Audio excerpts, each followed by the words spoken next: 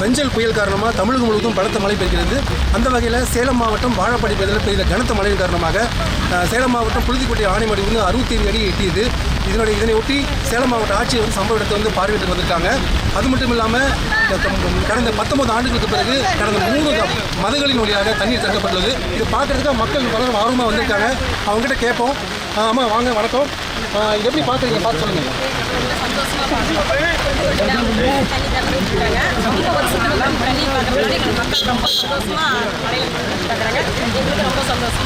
புழுதிக்கோட்டை டேம்லேருந்து வருது. 20 வருஷமாக தண்ணி வரல. இப்போ தான் ஆற்றுல தண்ணி வருது. பார்க்குறதுக்கு அபூர்வமாக இருக்குது. சந்தோஷமாக மக்கள் எல்லோரும் வந்து பார்க்குறாங்க. தண்ணி ஆற்றுல வந்து சுற்று வட்டார மக்கள் எல்லாருமே வந்து சந்தோஷமாக பார்த்துக்கிட்டு இருக்கிறாங்க.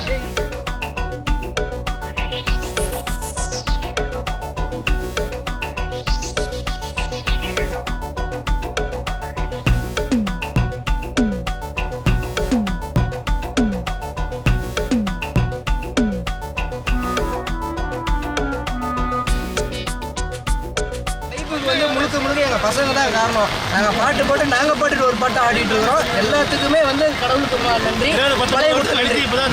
எங்கள் அப்பா சொன்னார், இப்போ நான் என் மவுண்ட்டை சொல்லுவேன், இந்த மாதிரி மழை வச்சு நாங்கள் ஆடணும் அப்படின்னு. ரொம்ப நன்றி. 19 வருஷம் இருக்குங்க இந்த மழை இப்படி வந்தது. 19 வருஷம் நான் சின்ன பையனாக இருக்கும்போது கூப்பிட்டு வந்திருந்தாங்க. இப்போ என் மகனை கூப்பிட்டு வரான்னு பார்த்தா எனக்கு கல்யாணம் ஆகல. பரவாயில்ல, அடுத்த வருஷம் ஆகிடுச்சுன்னா கூப்பிட்டு வரேன். நன்றி.